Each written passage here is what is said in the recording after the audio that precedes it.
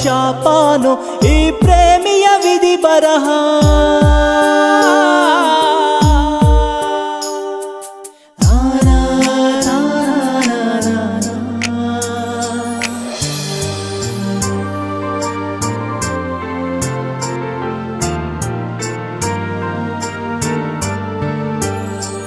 ಯಾರೋ ಬರೆದಿಟ್ಟ ಈ ಪ್ರೀತಿಯ ಹಣೆ ಬರಹ,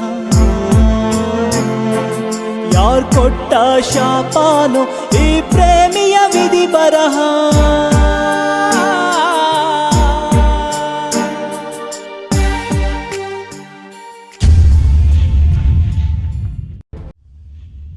ಈ ಪ್ರೀತಿ ಒಂಥರ ಕಾಯಿಸುತ್ತೆ, ನೋಯಿಸುತ್ತೆ, ಸಾಯಿಸುತ್ತೆ.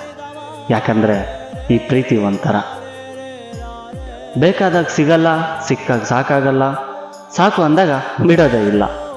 ಯಾಕೆಂದರೆ ಈ ಪ್ರೀತಿ ಒಂಥರ